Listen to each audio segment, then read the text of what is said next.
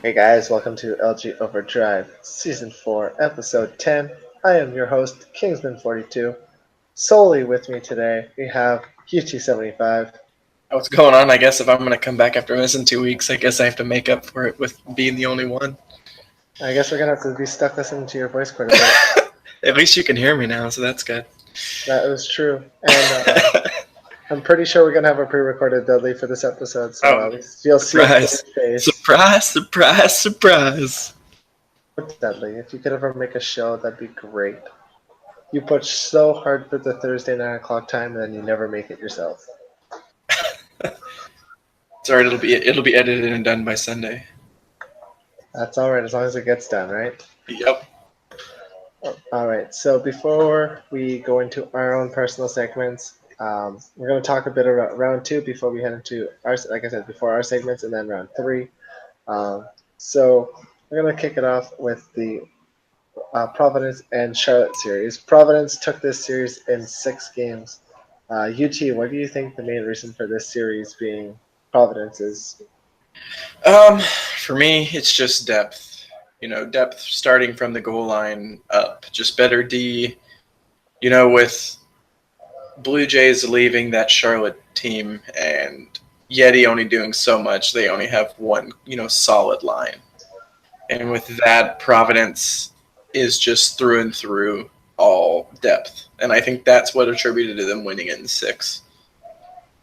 Fair enough. Yeah, like I was saying again last week, it comes back to Providence having all those players with playoff experience, all of them playing together for the longest time. Mm-hmm. And Ariasaki has just been outstanding in net so far in the playoffs. And then, as you said, Yeti and wasn't really showing up to play like to his caliber, and Right. Peterson can only hold the pipes as much as he possibly can, right? So Yep. it does come down to depth, and Providence does have 3 lines. Yep, they do. 3 solid lines. Moving on to our next series, we had Utica and Rochester. Utica 1 and 5. I'm just gonna start here. I think I'm gonna shout out Mackie. He said Utica in 4, so I'll give it to Rochester. They won 1. Yeah. The only reason why I think Utica won this series so quickly was I personally don't know anyone on Rochester besides the Steelers and Angry Fawn. Right. Those are 2 of their big names. Like, their management are a bunch of nobodies. Their players are a bunch of nobodies. And I don't know how they got by you guys in Lavelle, but, like, they're not that good. Just a bunch of cancers on the team that want to complain and not show up for games, and then when they do show up, play horrible. So I think it would have been a closer series if we could have gotten our actual lines together and played Utica. I think it would have been a 7-game series, but that's my opinion. All right. But, so what's your thoughts on this series, then, that we just talked? Like you said, they really have one really good line, a second line that's decent, and a third line that's just they're horrible. You had a few good guys, but like I said, Utica's was just the more solid team. Give it to him for winning 1, but And I'm pretty sure Fawn stole that game for them too. Yeah, he did.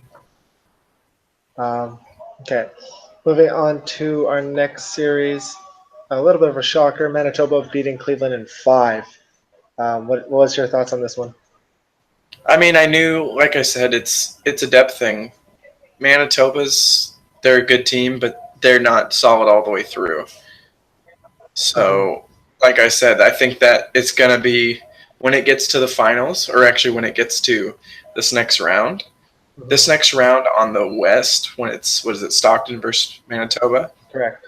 I think this should actually be this is my opinion, this would be more of a better Calder Cup than if they were to play the other side.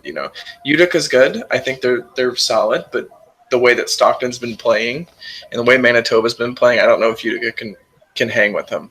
I'd love them to prove me wrong, but I think that this is going to be that's going to be a really good series. Oh, 100%. So Manitoba winning in 5 doesn't surprise me. Like I said, I thought it was either going to be a sweeper. Well, So basically, I had some insight on this series. Was that Darcy couldn't play Sunday, neither could Manitoba's first line because they all play ESHL together. Right. So it's basically whoever took the series on Sunday night was winning the series, but they split on Sunday night, which was kind of surprising. And Right. then Darcy played games 3 and 4, and from my understanding from Luke and from Darcy was that within the first 3 minutes of the game there was a breakaway goal on Darcy in both games. So Yeah. when you start right off the bat and you give up 2 breakaway goals in those 2 games, that hurts you right away. Right. So like you said, they do have the depth, and I 100% agree with that. But how much depth do they have when both times that the Manitoba third lines played, they've lost, whether it was to Grand Rapids or Right. to Cleveland. So, I just have to see. um, final series we had Tucson, Stockton's the 5-5-5, 1-5. Five Not five shocking. five. Shout out to Corey Mack and the boys. Um, as I said last week on Overdrive, Tucson, you don't have the depth to take on Stockton. Y'all got butt hurt beyond belief about it, and then Oh you no. went out and proved us right. So It was a lot of butt hurtness after the series was over. Like as soon as the game was over, it was just like a lot of Cadillac Eldo and a lot of crotch and a lot of Corey Mack just in wicked, the chat box. a lot of wickedly moist complaining and chirping Uh, people who weren't even in the series. So it's nice to see those guys gone.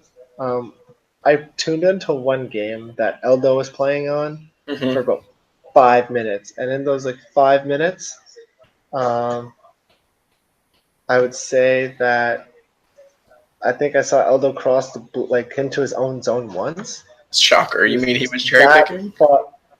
Well, yeah, he was just that high up, and in those 5 minutes, I think Tucson let up 3 goals. So I turned it off. Shocker. So yeah, no, 5-5-5 all the way, man. They've won the Triple first 5-5-5 triple and five nickel. Should call him round one. triple nickel. 555. Round one, they won in five. Round two, they won in five. Hopefully, they. I don't think they'll do it, but hopefully they can in round three. I'd like him to do it in 4. It would just be nice to just. I'm so tired of hearing a Manitoba.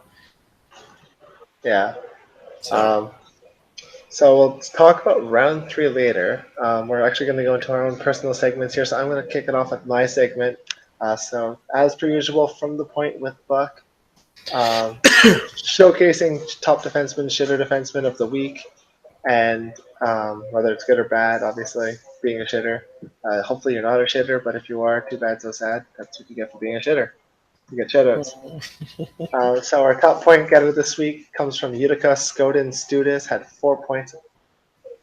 Um, our top sniper from the week, there was only, 3 defensemen that even scored. All of them scored 1 goal. Bell X91 from Stockton, Dude It's Devon 91 from Cleveland, and Angry Cricket from Rochester. So the 91s took that category. Um, funny thing is that the top Cricket and Devon both lost all their games, as were Bell won all his games. So funny statistic there. Top assists was Skoden Studis with 4 assists. Defenseman with the best plus minus. We had XJ Lucas from Stockton, who is a +7, and our 2 defensemen with the worst plus minus were KK Villi and Yan 44 from Tucson with -7s. Our defenseman with the most hits in round two was KK Villi with 11 from Tucson. So I guess when you're throwing hits that much, you're going to be in the box, and you're going to get scored on because you're getting coned. yep. Uh, defenseman with the most takeaways this week, we had the second Walrus from Charlotte. He had 12, although we did have 4 with 11 and 1 with 10, so there's a lot of takeaways this week. Lots of giveaways as well. Number 1 in giveaways was Trev Wings from Stockton, who had 23. He was the only one over 20.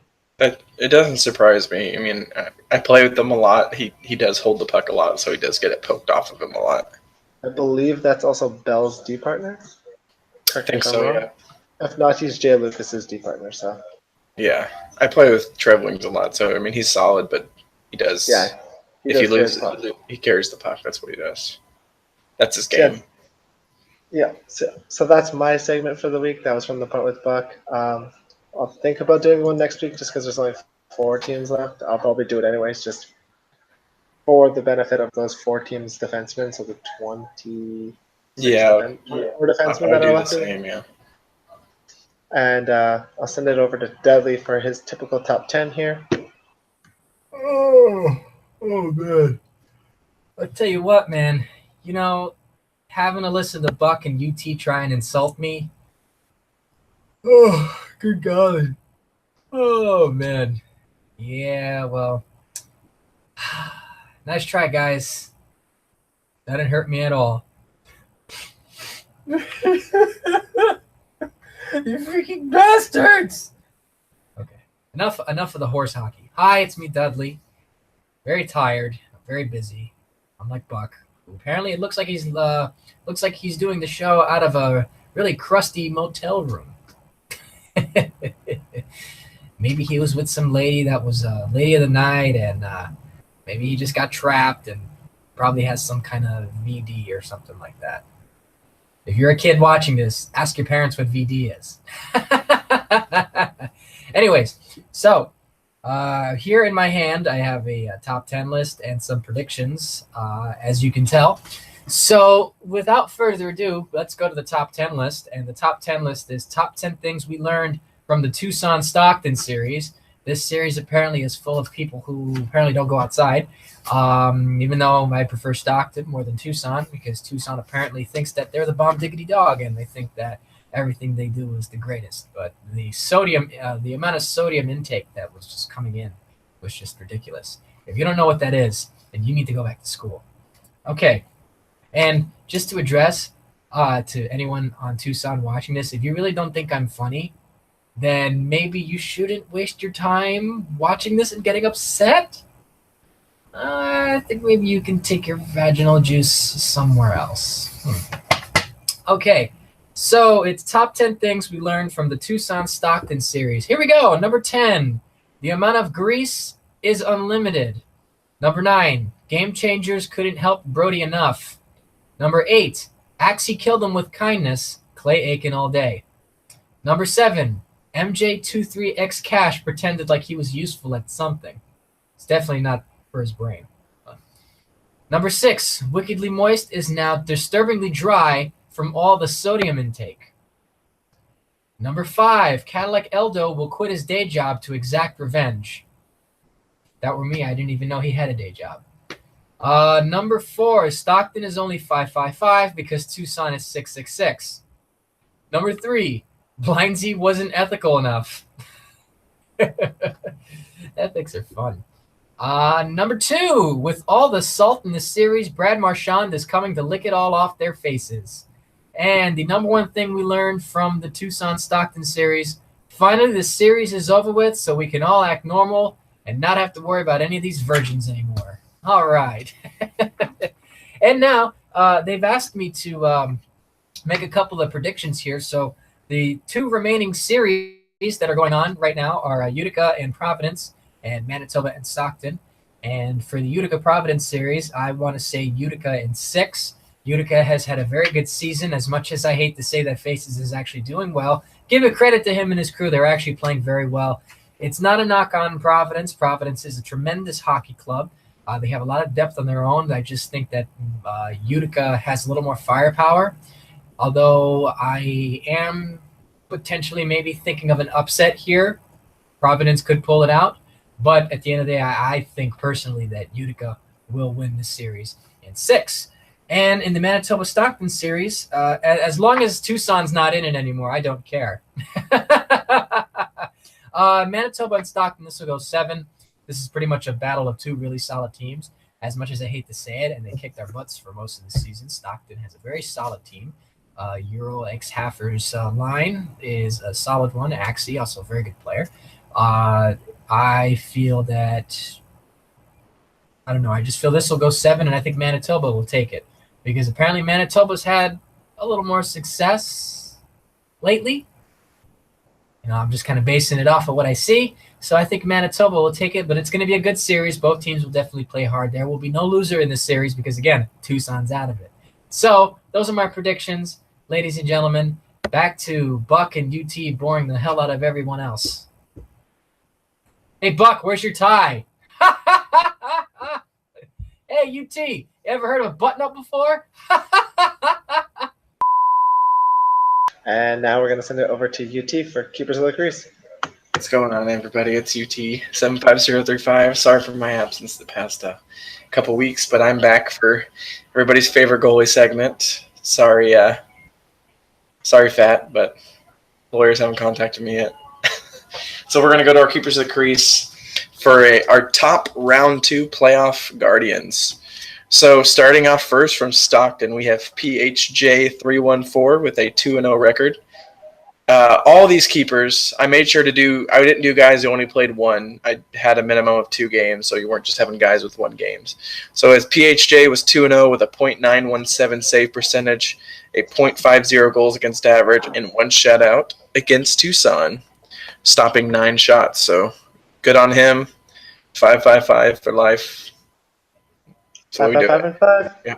Number 2 goalie, Guardian of the Week is from Charlotte's Jonas Peterson. He went 2-2 with a .881 save percentage and 1.85 goals against. So he kept his team in it even after losing 2. He had a respectable save percentage. I'm going on to our final keeper of the crease is Utica's Landemoff, posting a 2-0 record with a .879 save percentage and 1.81 goals against average. So solid goaltending for Utica, both Utica's goalies. Landemoff just, this series had better play.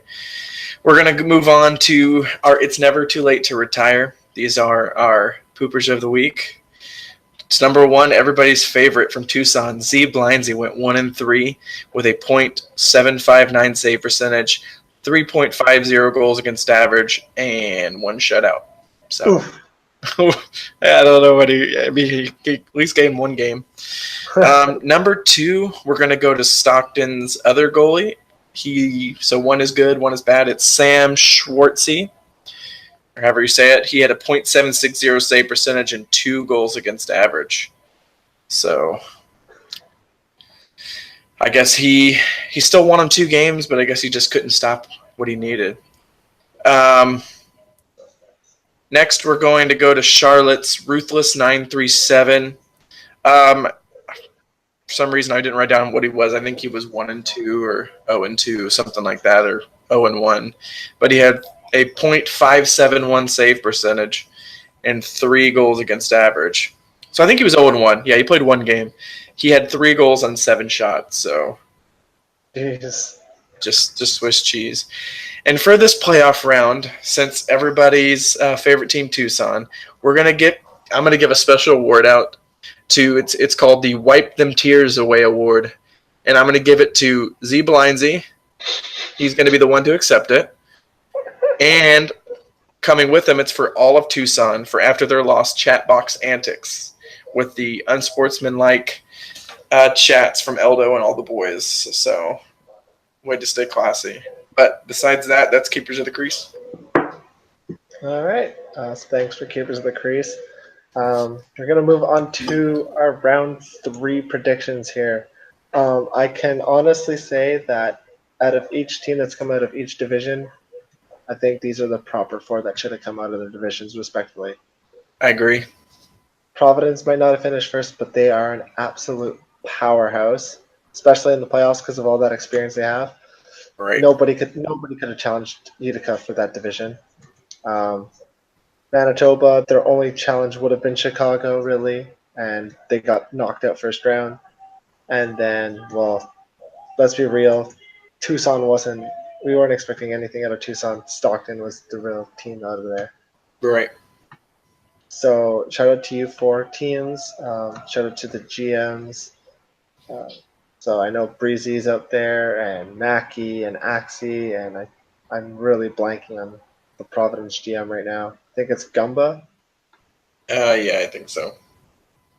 But yeah, shout out to you guys. You guys have done a hell of a job so far in the playoffs. Utica going 8-1, Providence going 8-3, Manitoba going 8-3, and Stockton going 8-2. So keep it up. And we're going to talk about round 3 now. So round 3, we're going to kick it off with the Eastern Conference Finals. We have Utica Providence. UT, you can start on this one.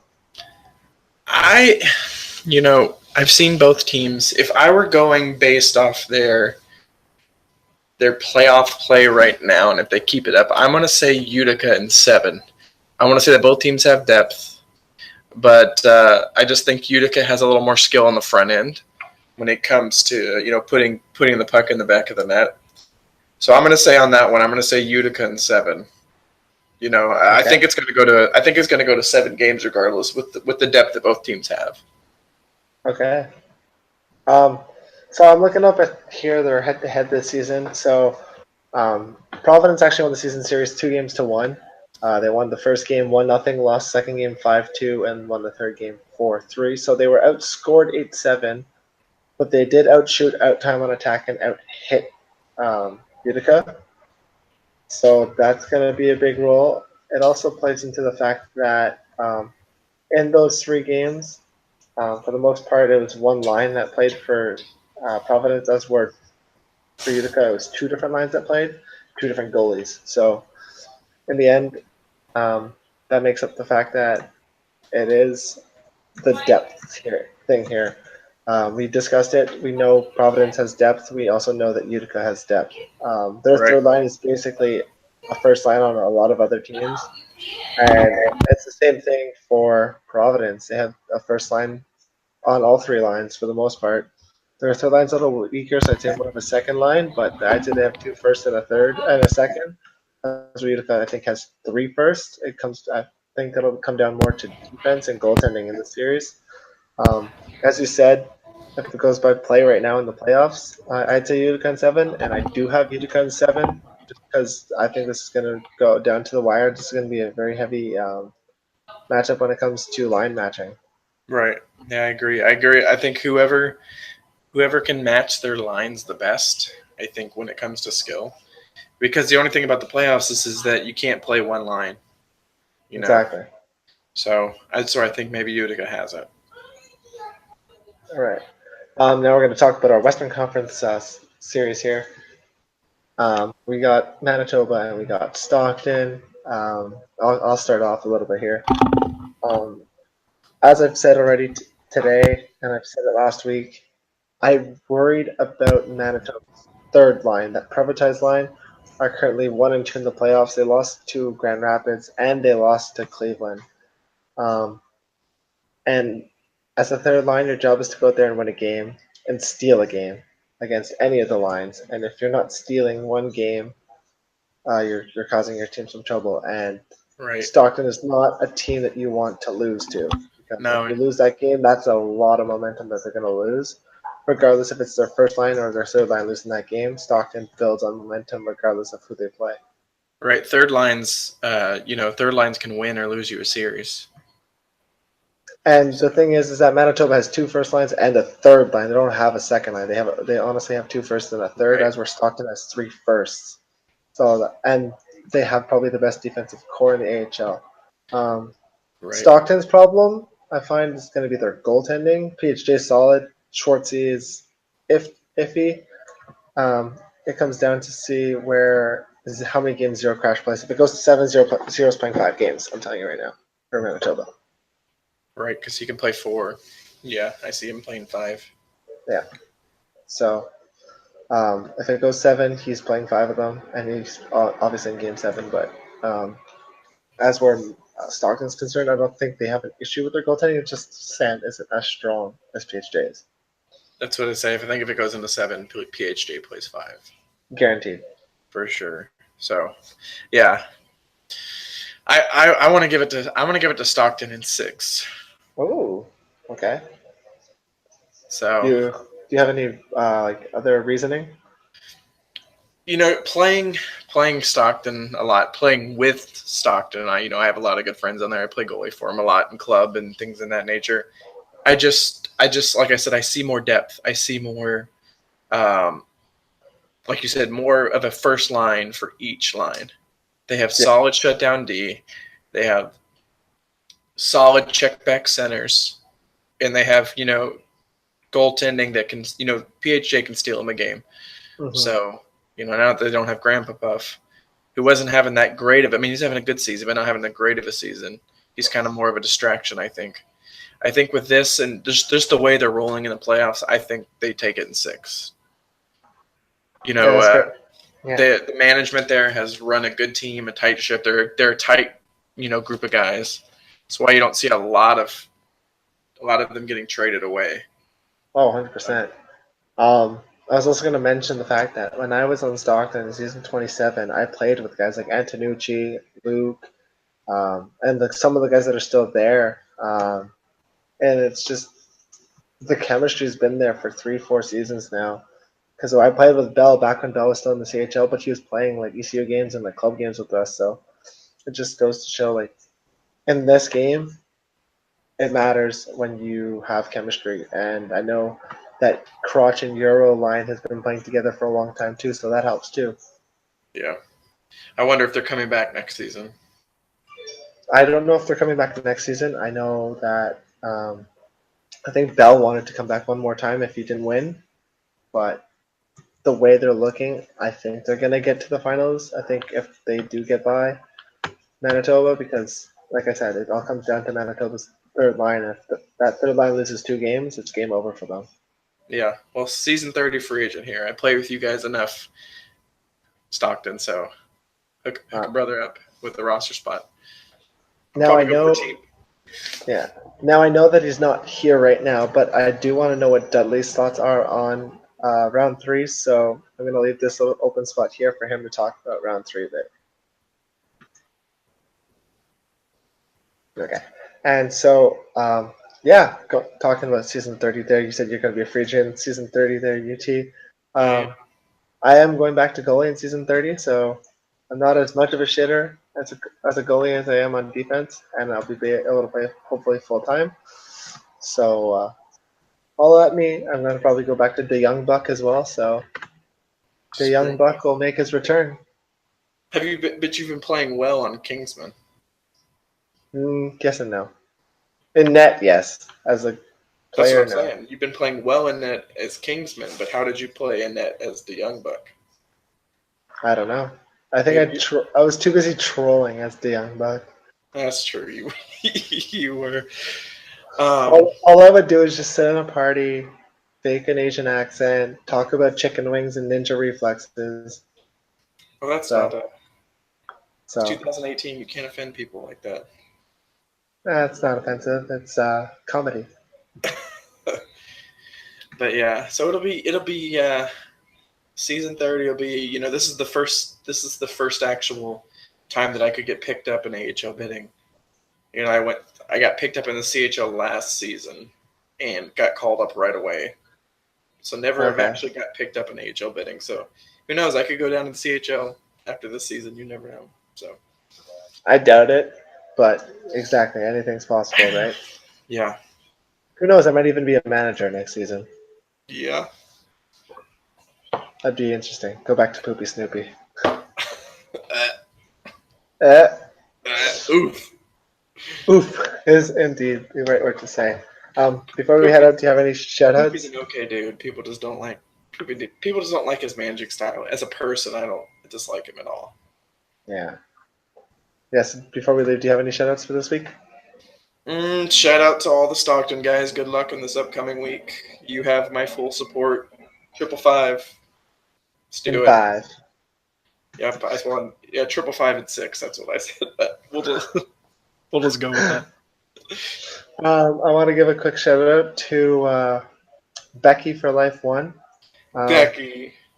I'd also like to, for the sole reason that I don't think Becky should be allowed to have thread posting permissions anymore. So if you ever watch this show, please remove his permissions to post threads. They're literally the stupidest things I've ever read. Like, I literally come back and there's a new thread, and I get dumber. Actually, it's a new thread.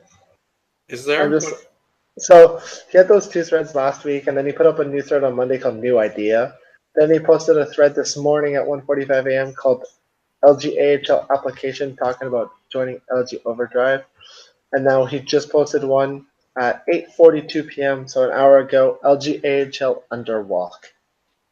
Becky, if you need to send in your application for Overdrive, make sure you send it to Dudley Do Right. He will get right back to you. In 3 days though. 3 days. He's got to. It takes him forever to get all of that junk out of his hair and take off the suit. So. Oh, I think his. Oh, okay.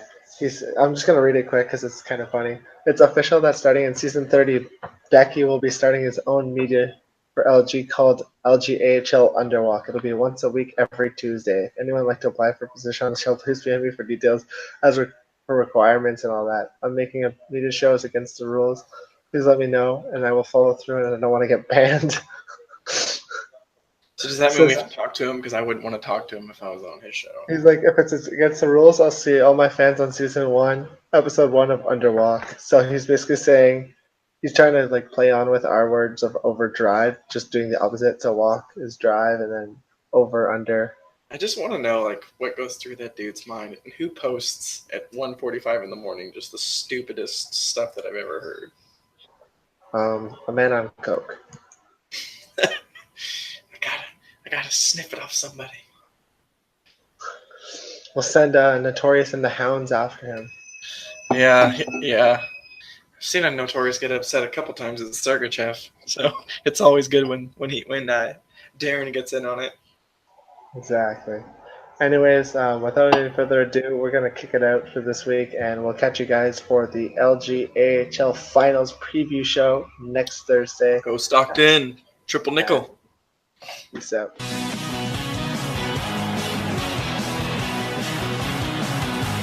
control by Harvey. One-timer. Oh, stick save. It's a penalty shot. Strength versus strength. Shoots. Score! Shattenkirk's body position. Moving it to Wheeler. The Rangers wheel one ahead up the wing. That puck's loose and couldn't get through the roadblock. Bailey's in his own end, headed towards center. He knifed it away.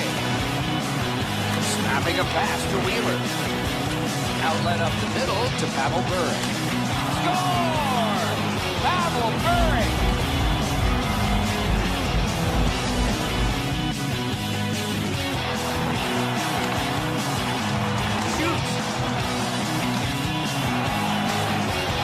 Control. Skates out with it. Big drive. He hit the post.